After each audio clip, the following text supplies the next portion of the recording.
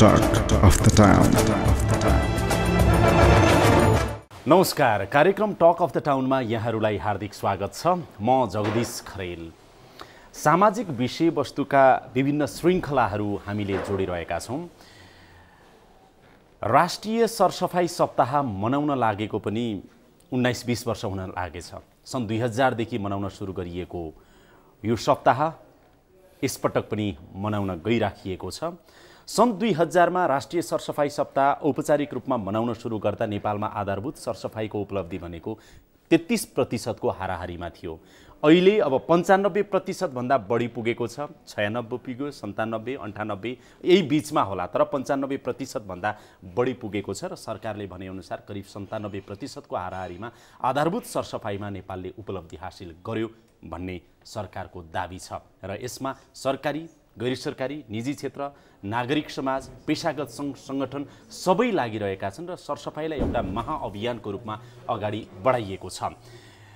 अब 100% को उपलब्धि कहिले र कसरी हासिल गर्न सकिन्छ आधारभूत सरसफाईमा र टोटल सेनिटेसनतिर, पूर्ण सरसफाईतिर अथवा दिगो विकासको लक्ष्य अनुसार सेफली म्यानेज सेनिटेसन भन्छ, यतातिर हामी कहिले र कसरी जाँदैछौँ यो विषयमा आज हामी कुराकानी गर्नेछौँ। विशेष त सन्दर्भ 19औं राष्ट्रिय सरसफाई सप्ताहको। मेरो साथमा 3 जना महत्त्वपूर्ण व्यक्तित्वहरू हुनुहुन्छ। म सबैभन्दा पहिला स्वागत गर्न चाहन्छु खानेपानी तथा ढल निकास विभाग वातावरणीय सरसफाई शाखाका प्रमुख देवेन्द्र कुमार झालाई। स्वागत छ तपाईलाई। धन्यवाद जगदीशजी। त्यस्तै गरेर युनिसेफ नेपालका सरसफाई विज्ञ सिद्धि श्रेष्ठ हाम्रो साथमा हुनुहुन्छ। स्वागत छ तपाईलाई। धन्यवाद। त्यस्तै गरेर वातावरण तथा सरसफाईविद भूषण तुलाधर हुनुहुन्छ। स्वागत छ तपाईलाई। धन्यवाद। अहिलेको स्ट्याटस के छ? आधारभूत सरसफाईमा हामीले कस्तो उपलब्धि कसरी हासिल गरेका छौँ? कति जिल्ला कभर भएका छन्? एकचोटि छोटोमा बताइदिनुहोस् त। धन्यवाद जगदीशजी। म आफ्नो भनाइ सुरुवात गर्नुभन्दा एउटा महात्मा गान्धीको भनाइबाट म आफ्नो भनाइ राख्न चाहन्छु। जब भारतमा अङ्ग्रेजसित लडिरहेको बेलामा महात्मा गान्धीले भनेको थियो sanitation is more important than independence. स्वतन्त्रताभन्दा पनि बढी महत्त्वपूर्ण विषय सरसफाइ हो। र जहाँसम्म मलाई यो नेपालको सरसफाइको अवस्था बारेमा सोध्नुभयो, मलाई आज बडा खुसी लागिरहेछ। किनभने स्ट्याटस अब यो स्ट्याटस भन्दाखेरि अब नेपालमा चाहिँ 97% जति आजको मितिसम्म 97% भनेपछि स्यामा अब जम्मा 3 जना नेपाली दाजुभाइ दिदीबहिनीहरू चर्पीबाट बाहिर भएको अवस्था चाहिँ देखिन्छ। हाम्रो 77 जिल्लामा कति जिल्ला कभरेज भएछ? हाम्रो चाहिँ 53वटा जिल्ला आजको मितिसम्म भइसकेको छ।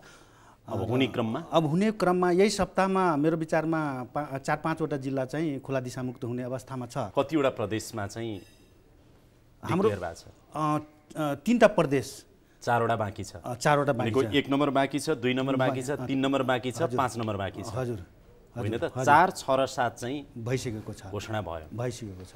सिद्धि सर, यो 18-19 वर्षको अवधिमा सरसफाई, राष्ट्रिय सरसफाई सप्ताहले चाहिँ यो सरसफाईको उपलब्धि हासिल गर्न कतिको मद्दत पुगेको तपाईँले महसुस गर्नुभएको छ? र जब हामीले यो चाहिँ सरसफाई सप्ताह मनाउन थाल्यौँ, त्यसले चाहिँ के देखियो भनेर भन्दाखेरि चर्पी बनाउनुपर्छ भन्ने अवधारणा बिस्तारो सङ्घ संस्थाहरूमा, त्यसपछि मान्छेहरूमा चाहिँ यो पुर्याउन मद्दत पुगेको छ। तर यसले के देखायो भनेर भन्दाखेरि अलिकति हेर्ने हो भनेदेखि चाहिँ जस्तो त्यसको लगत्तै पछाडि हामी कहाँ चाहिँ यो समुदायमा आधारित पूर्ण सरसफाई कार्यक्रम जुन चाहिँ अब ग्लोबल्ली पनि यो CLTS भनेर भन्ने गर्छौँ, त्यो चाहिँ 2003-04 देखि चाहिँ सुरु भएको अवस्था छ। भनेदेखि नेपालमै उब्जाको भनेर भनेको यो विद्यालयमा सरसफाई, विद्यालयमा आधारित सरसफाई, पूर्ण सरसफाई कार्यक्रम, जसलाई SLTS भनेर भन्ने गर्छ। र युनिसेफले यो CLTS का राम्रा पक्षहरूलाई पनि लिएर, टुल्सहरूलाई पनि लिएर विद्यालय मार्फत पनि यो जानुपर्छ भन्ने चाहिँ जुन आन्तरिकरण गर्यो र चाहिँ त्यसलाई चाहिँ अगाडि बढायो। र यति हुँदै यो बीचमा पनि के भयो भनेर भनेपछि जब 2009मा 10मा चाहिँ हाम्रो मध्यपश्चिमको जाजरकोटमा चाहिँ झाडा पखाला फैलियो। त्यसपछि यी सबै कुरा मिलाएर चाहिँ हामीले चाहिँ अब स्थानीय निकाय, यो चाहिँ सरसफाइ चाहिँ विशेषतः एउटा मात्रै क्षेत्रको त्यतिखेर चाहिँ एजेन्डा थियो, जुन चाहिँ खानेपानी सरसफाइ डिभिजन कार्यालय, सब डिभिजन कार्यालय अथवा खानेपानीमा काम गर्ने संस्थाहरूको मात्रै चाहिँ जिम्मेवारीको रूपमा लिएको थियो भनेदेखि जब त्यो एकैचोटि चाहिँ यो भयो झाडापखालाको प्रकोप भयो, त्यसपछि यो सबैको एजेन्डा हुनुपर्छ भनेर यो चाहिँ सामूहिक रूपमा हामी अगाडि बढ्यौँ र भन्दै गर्दाखेरि 2011 जुन 2062 नेपालको 58 जनगणना भयो, त्यतिखेर हेर्ने हो भने 62%, करिबन 2/3%ले चाहिँ यो देखियो। त्यो भएको हुनाले यो चरण हेर्दाखेरि सरसफाइ सप्ताहबाट सुरु भयो, CLTS हाम्रो इन्ट्रोड्युस भयो, SLTS हुँदै गयो, अनि त्यसपछि त्यसमै बिल्डन गर्दै जाँदाखेरि यो चाहिँ स्थानीय निकायलाई चाहिँ अगाडि लगाएर उहाँहरूको नेतृत्वमा चाहिँ यो कार्यक्रम सञ्चालन हुनुपर्छ र त्यहाँ चाहिँ सबै साझेदारहरूको, सबै निकायहरू, विशेष त शिक्षा क्षेत्रको, स्वास्थ्य क्षेत्रको र चाहिँ अब यता खानेपानी त छँदैछ, त्यो चाहिँ निकायहरू अगाडि लाग्दाखेरि यो चाहिँ विशेषता चाहिँ स्पिड अप लिएको देखिन्छ। भूषण सर, अब यो करिब 2 दशक भनौँ न, सन् 2000 देखि अब अहिले 18 भयो, 19 वर्ष लागेछौँ हामी, करिब 2 दशकको यो अवधिको लामो समय चाहिँ नि स्थानीय सरकार विहीन अवधि पनि रह्यो। हामीले राष्ट्रिय सरसफाइ सप्ताह मनाइराख्दाखेरि तपाईले अहिलेसम्मको यो 2 दशकको अवधिलाई अलिकति विश्लेषण गर्दाखेरि हामीले उपलब्धि यो कारणले हासिल गर्यौँ नि, केही कुरा त उहाँले भनिसक्नु भएको छ, हासिल गर्यौँ नि, तर स्थानीय सरकार नहुँदाखेरिको अवस्थामा पनि अब अपर्च्युनिटी यो छ है भन्ने के छ? निश्चय पनि मेरो विचारमा अहिले जुन 2 दशक हुन लागिसकेको छ, एउटा राम्रो अवसर हाम्रो लागि यो समीक्षा गर्ने पनि बेला भयो। किन भन्दाखेरि जुन अघि तपाईँले भन्नुभएको जस्तो जब हामीले सुरु गऱ्यौँ यो मनाउनको लागि त्यति बेला 33% मात्रै थियो, अब 97% पुग्यो, अथवा 3% घरमा मात्रै बाँकी छ। बाँकी 97%लाई अब हामी के मेसेज दिने त्यो त क्लियर हुनु पर्यो नि, होइन? त्यसैले एउटा परिवर्तन त्यो छ, त्यो सरसफाइ सप्ताहको ठुलो हात छ, त्यसमा कुनै शङ्का छैन, होइन? त्यसले पनि धेरै काम गरेको छ, तर अहिले चाहिँ परिवर्तन भएको छ। कुन अर्थमा परिवर्तन भएको छ भने एक देशको सिचुएसन, अघि नै तपाईँले भन्नुभयो नयाँ जनप्रतिनिधिहरू भर्खर आउनु भएको छ, जोस जाँगरका साथ आउनु भएको छ, संरचना नै परिवर्तन भएको छ, संहितामा हामी गएको छौँ, होइन? त्यो संहितामा गएको छौँ, संरचना परिवर्तन भएको छ, सरसफाइको अवस्थामा व्यापक परिवर्तन भएको छ। तपाईँ कहाँ 33%, कहाँ 97%, होइन? र अन्तर्राष्ट्रिय क्षेत्रमा पनि पहिला हामीले चाहिँ आधारभूत सरसफाइको मात्रै कुरा गर्थ्यौँ भने अहिले आएर सुरक्षित व्यवस्थित सरसफाइ सेवा, यो 4वटा कुरा त्यसमा छ। SDG जुन हामी भन्छौँ, होइन? सेफली म्यानेज स्यानिटेसन सर्भिसेस भनेर, होइन? यो 4वटै कुरामा ध्यान दिनुपर्ने आवश्यकता छ। त्यसैले अहिले हामीले के गर्नु पर्यो भन्दाखेरि एकातिर यो 3% अथवा 3-4% जति बाँकी छ त्यसलाई टार्गेट गर्नुपर्ने छ। यसमा चुनौती देख्नुहुन्छ कि देख्नुहुन्न? अब यसमा चाहिँ 3%, अन्तिम 3% भनौँ न, यसको चुनौती के छन् भन्नु? 3टा कुरा बुदामा। एक, सबभन्दा गाह्रो भनेको सबभन्दा लास्टमा रहन्छ, होइन?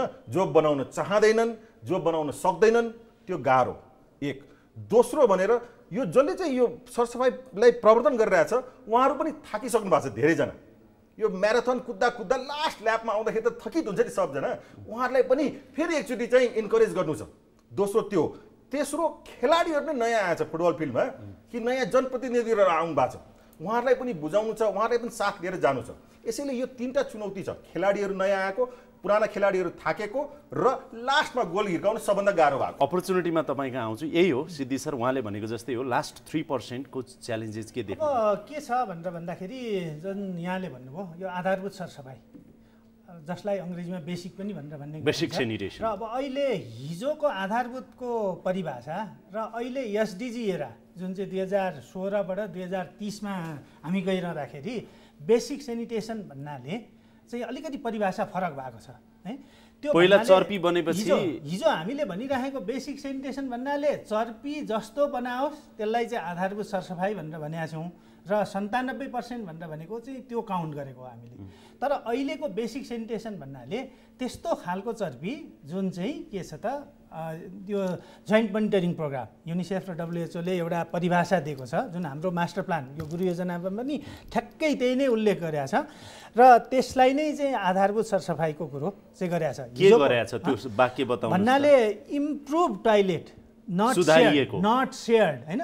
चर्पी बन्यो हैन, जस्तो भिआइपी चर्पी पनि हुनसक्छ, वाटरसिल चर्पी पनि हुनसक्छ, इकोसान चर्पी पनि हुनसक्छ, अनि त्यसपछि यो खाल्डे चर्पी पनि हुनसक्छ। तर खाल्डे चर्पीको के हुनु पर्यो त, ढक्कन हुनु पर्यो, स्ल्याब हुनु पर्यो, ढक्कन हुनु पर्यो भनेर भन्नाले त्यसलाई चाहिँ सुधारिएको चर्पी भनेर भन्ने गरिएको छ। हाम्रो मास्टर प्लानले पनि त्यही नै भन्छ हैन। तर हाम्रो यो चाहिँ के भयो भनेर भन्दाखेरि आधारभूत चर्पी भन्नाले 97% चाहिँ यी सबै कुराहरू भन्नाले चर्पी जस्तो बन्यो, स्ट्यान्डर्डमा बनेको छ, तर 2 घरले प्रयोग गरेको छ, 3 घरले प्रयोग गरेको छ, 4 घरले प्रयोग गरेको छ, 5 घरले प्रयोग गरेको छ, यी सबैलाई चाहिँ हामीले के गरेका छौँ त 97% भित्र राखेका छौँ।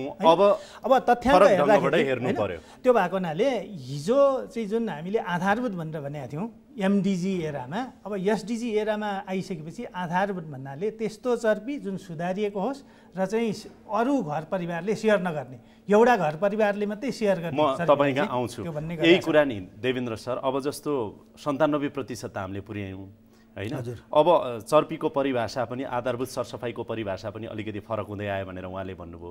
अब त्यसको साथमा झापा मोरङ सुनसरी अझै बाँकी छ, महत्त्वपूर्ण सहरी इलाका भएका जिल्लाहरू, भूकम्प प्रभावित काठमाडौँ लगायतका 3 नम्बर प्रदेशका नि जिल्ला छन्, 5 नम्बरभित्र पनि अलिकति क्रिटिकल जस्तो केही न केही रूपमा देखिन्छ, 2 नम्बरमा पनि देखिन्छ।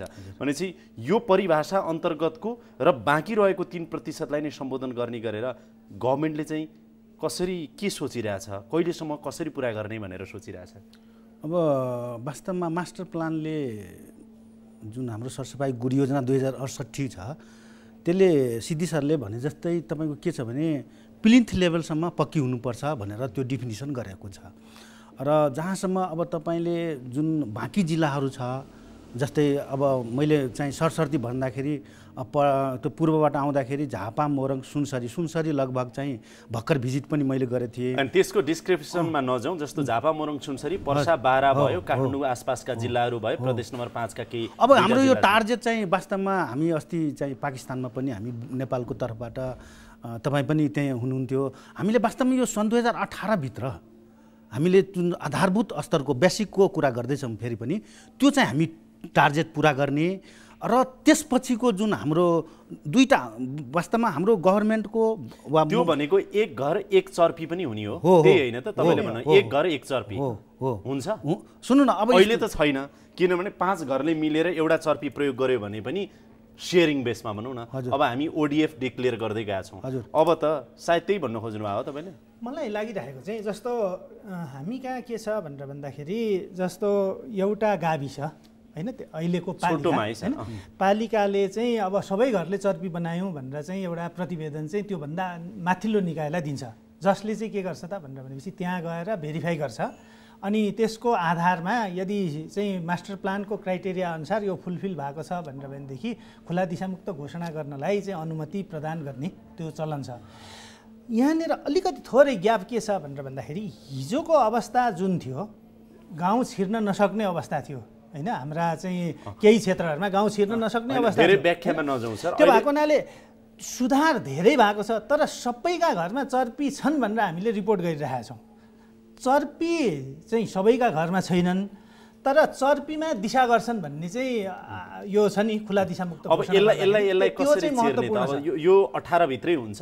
अब यस्तो छ, अब जस्तै अस्तिको बजेट भाषणले पनि हाम्रो सरसफाइ सम्बन्धी केही बुदागत रूपमा व्याख्या गरेको छ, र म सिद्धिसँग यो मानेमा म पनि सहमत छु कि जस्तै अब हामी 18 भित्र खुला दिशामुक्त गर्छौँ। अब यो खुला दिशामुक्त सम्बन्धी हामी अब नेपाल सरकारको तर्फबाट धेरै चाहिँ हामी यसमा जाँदैनौँ, किनभने बेसिक लेभलको सरसफाइ सकिन्छ, किनभने 2018 भित्र अब हाम्रो 97बाट 3% पुरा भएर हामी यो वर्षभित्र खुला दिशामुक्त गर्छौँ।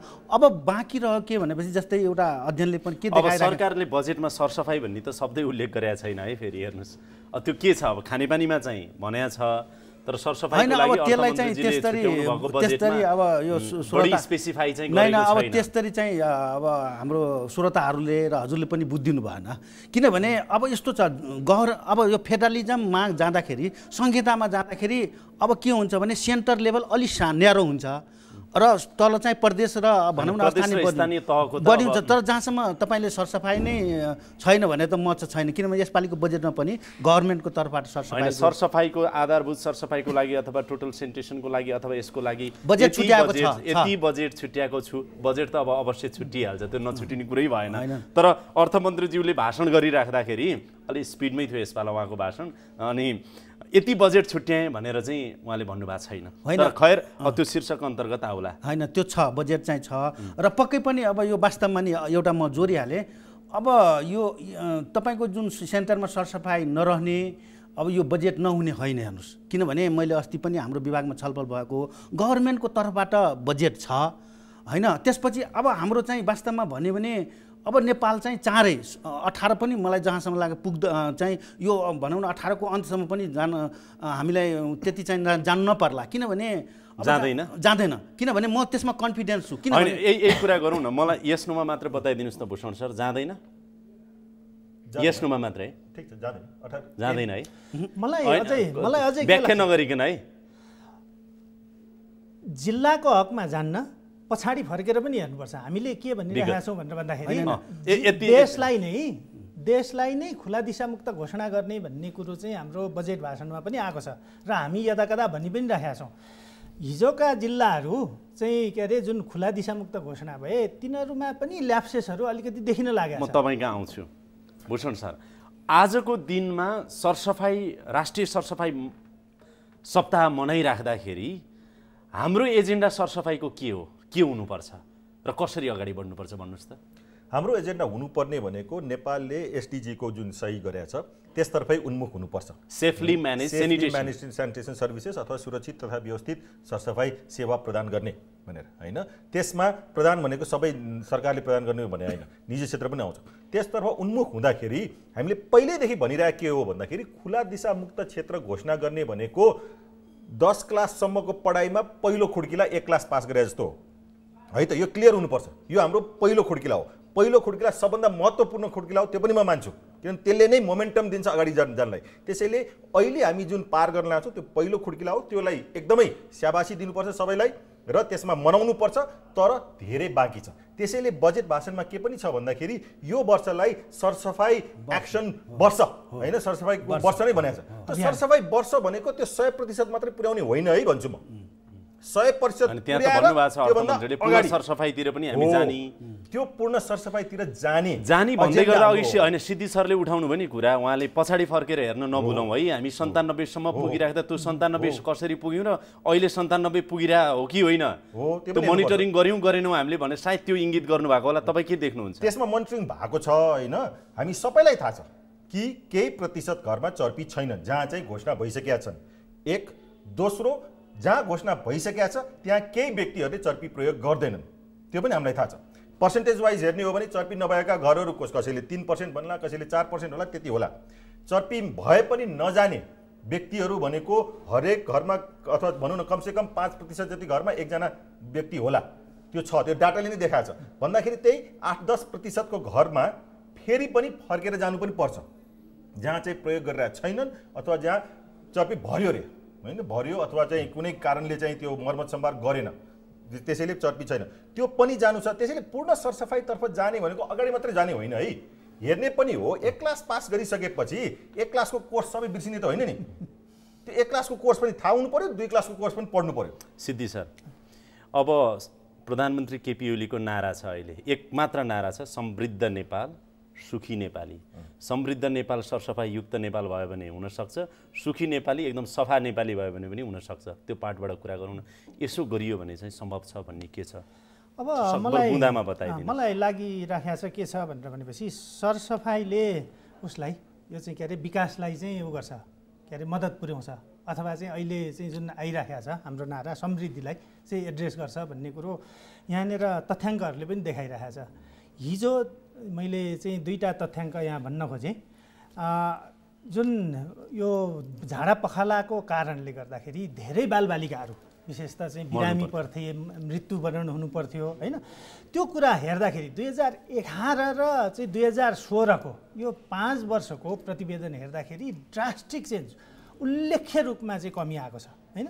मैले यहाँनिर तथ्याङ्क भने हाम्रो यो 11-13,000 नेपालको जनसङ्ख्या जुन चाहिँ सर्वेक्षण गर्छ, यो चाहिँ डेमोग्राफिक हेल्थ सर्वे भनेर भन्छ, त्यो हेर्दाखेरि यो सर्वेक्षण गरेको 15 दिन अगाडि चाहिँ 5 वर्ष मुनिका बालबालिकाहरू कतिलाई डायरिया भयो हैन, यो चाहिँ झाडा पखाला लाग्यो भनेर भन्दाखेरि त्यो चाहिँ 14% बालबालिकामा 2011 मा झाडा पखाला हुने गर्थ्यो भन्ने तथ्याङ्क छ। भनेदेखि जुन 2016 मा त्यही प्रतिवेदन निस्क्यो, त्यो निस्किँदाखेरि 8% भन्नाले यो चाहिँ 14% बाट 8% भनेको त झन्नै आधा जति चाहिँ कटौती भएको देखिन्छ हैन। अब यो के कारणले भयो भनेर भन्दाखेरि यसका प्रमुख कारणहरूमध्ये मान्छेले चर्बी बनाए चाहिँ प्रयोग गरे भनेर भन्ने हो हैन। र चाहिँ अब मोर्टालिटीको यो मृत्युको कुरो गर्दाखेरि हामी भन्ने गर्थ्यौँ, हामीले जतिखेर मास्टर प्लान चाहिँ गऱ्यौँ हैन, 2011 मा पब्लिस गऱ्यौँ, त्यो गर्दाखेरि 10,500 भनेर चाहिँ त्यो उल्लेख छ। त्यो तथ्याङ्क अलिकति अगाडिको हो हैन, यो चाहिँ अब ट्रिगर गर्नलाई पनि त्यो तथ्याङ्क बन्यो होला। र 2011 को तथ्याङ्क हेर्ने हो भने करिब 7,000 बालबालिकाहरू झाडा पखालाबाट प्रति वर्ष मृत्यु हुने गर्थ्यो भनेर WHO को रिपोर्टले भनेको छ। भनेदेखि 2015 को तथ्याङ्क हेर्दाखेरि त्यो चाहिँ 1,173 भन्नाले करिब 7 भागमा 1 भाग चाहिँ त्यो घटेको देखाउँछ। भन्नाले उल्लेख्य रूपमा चाहिँ यो बिरामी हुनेमा पनि, झाडा पखालाबाट बिरामी हुनेमा पनि अनि मृत्यु हुनेमा पनि उल्लेख्य रूपमा कमी आएको छ। देवेन्द्र सर, अब राष्ट्रिय सरसफाइ सप्ताहको यसपालाको कार्यक्रम के छ छोटोमा, र अब वर्ष 2018 भन्ने कि आगामी वर्ष चाहिँ जुन सरसफाइ अभियान वर्ष भनेर राष्ट्रले मनाउँदैछ हैन, सरसफाइ अभियान वर्ष नै हो नामै, राष्ट्रिय सरसफाइ अभियान वर्ष, त्यसको कार्यक्रमहरू के छन् र कसरी यो अभियानको रूपमा मनाइन्छ? हैन, यहाँ साथीहरूसँग म दुईटा कुरामा कन्फ्युज यहाँ नहोस् के, श्रोताहरूले पनि त्यो बुझोस्। अब हाम्रो नेपाल सरकारसँग दुईटा मात्रै एजेन्डा छ। एउटा चाहिँ सन् 2018 मैले भने 18 भित्र आधारभूत सरसफाइ बनाउने, अनि त्यसपछि चाहिँ तपाईको यो स्लिपेजको कुराहरू वास्तवमा छ, म भन्दैनँ न, म कहाँनिर जोड्छु भने जस्तै हामीले जाँच दिँदाखेरि कहिले पनि स्यामा आउँदैन। जस्तै तपाईँ शिक्षाको कुरा गर्नुहोस्, पूर्व साक्षरको कुरा गर्नुहोस्, पुन खोपको कुरा गर्नुहोस्, उहाँहरूले 95% मा घोषणा नै गरिसक्नु भएको छ। भनेपछि म सिधी सरसँग कहाँ सहमत छैन भने उहाँले धेरै ब्याग चाहिँ हुन खोज्नु भयो क्या, त्यो म सहमत छैन। हामी जहिले पनि अगाडि जाऊँ र त्यो जुन ग्याप छ उहाँले पछाडि पनि सँगसँगै लिएर हैन, ठिक छ, हैन, मैले एउटा कुरा के मात्रै अगाडि बढाउन खोजेँ भने जुन स्लिपेज छ हाम्रो भूषण सरले भनिसक्नुभयो, यो हामी भर्याङको फर्स्टै खुर्किलामा छौँ। उहाँले उदाहरण पनि दिनुभयो, एकै क्लासमा छौँ भनेपछि त हामी जानुपर्ने त 10 क्लास हो वा 10वटा भर्याङ छ।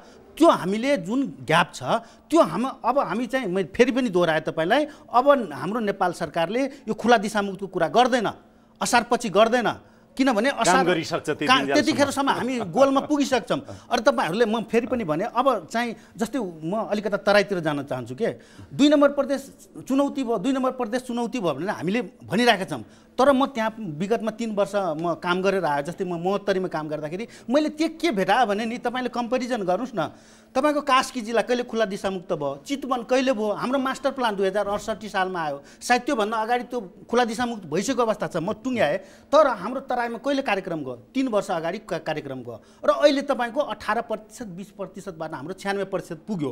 त्यही भएर एकदम हामी हौसला छौँ। यसरी टुङ्ग्यो तपाईँको अहिलेको कुरालाई चाहिँ अब असारपछि कुरा नगर्ने, किनभने त्यति बेला कामै भइसक्यो, त्यो एकदमै सुखद कुरा हो। त्यो हेर्न बाँकी हुन्छ, पछि हामी हेरौँला। अब राज्यले र राज्यसँग सम्बन्धित विभिन्न स्टेक होल्डरहरूले यो कुराहरूमा चाहिँ 1, 2, 3 प्राथमिकता दिँदै जाउँ है।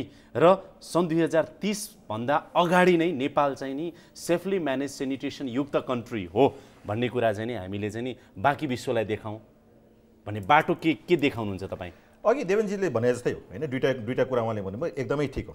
एउटा कुरा भनेको अहिलेको लास्ट 3%लाई सकाउँ, र त्योभन्दा पनि महत्त्वपूर्ण अब म के भन्छु भन्दाखेरि 2 क्लासको किताब पढ्न थालौँ है, किनभने 97% त त्यहाँ पुगिसकेको छ।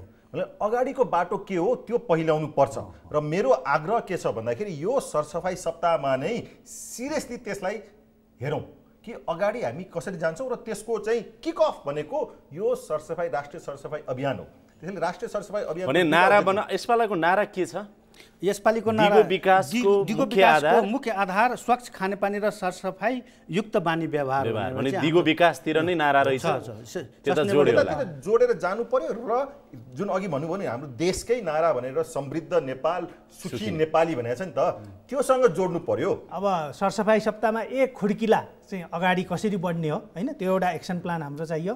त्यसपछि अलिकति बीचमा असार यो मौसमले पनि हामीलाई प्रतिकूल असर पार्छ, विशेष त तराईमा चाहिँ काम गर्नुपर्ने भएको हुनाले हामीलाई उसले पनि दिन्न हैन, यो मौसमले पनि दिन्न। र जब चाहिँ दसैँ तिहार सुरु हुन्छ र चाहिँ वर्ल्ड टोयलेट डे चाहिँ नोभेम्बर 19मा सुरु हुन्छ, त्यसपछि यसलाई लगातार लगेर चाहिँ एकदम अन्तिम किनारै पुर्याउनु पर्ने चाहिँ आवश्यकता छ। 18 भित्र बेसिक सेनिटेसन युक्त मुलुक बनाऊ र यही 18 भित्रैबाट टोटल सेनिटेसनको पनि थालनी त्यो पनि सक्रिय गर्नु पर्यो। अनि त्यो भएको हुनाले हामीले 97लाई 100 पुर्याउने हैन, त्यो चाहिँ हामीले अपडेट मात्रै गर्दै गएका छौँ हैन। मैले लास्टमै अलिकति थोरै भन्न खोजेँ, 97लाई 100 पुर्याउने।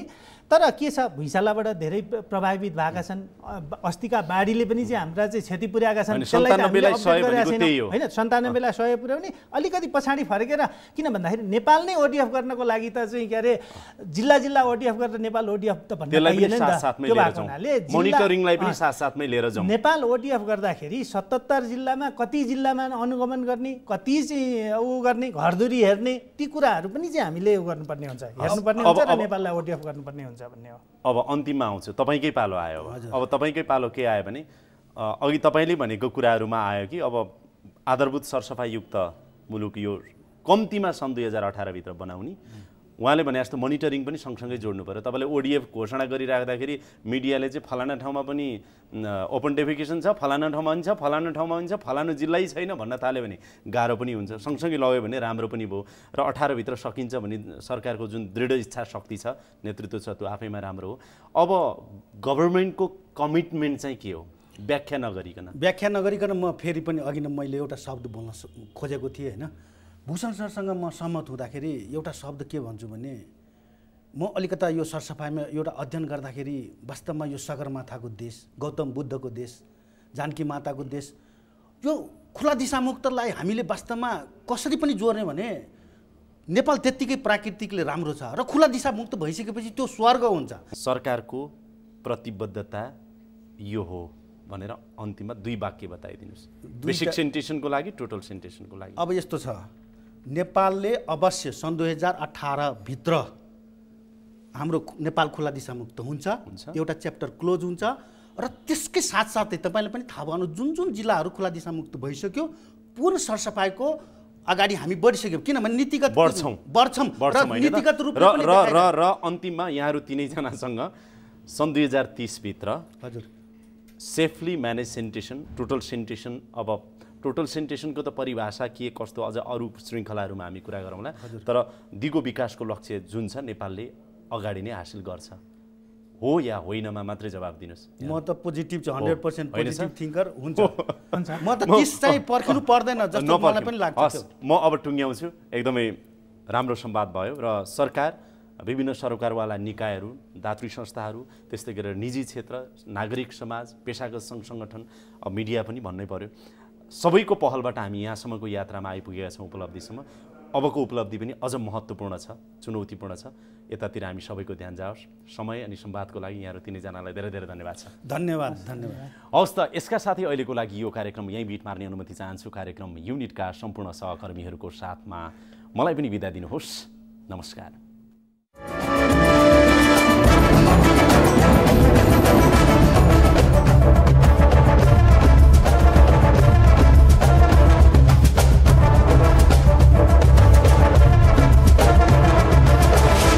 Talk of the Town.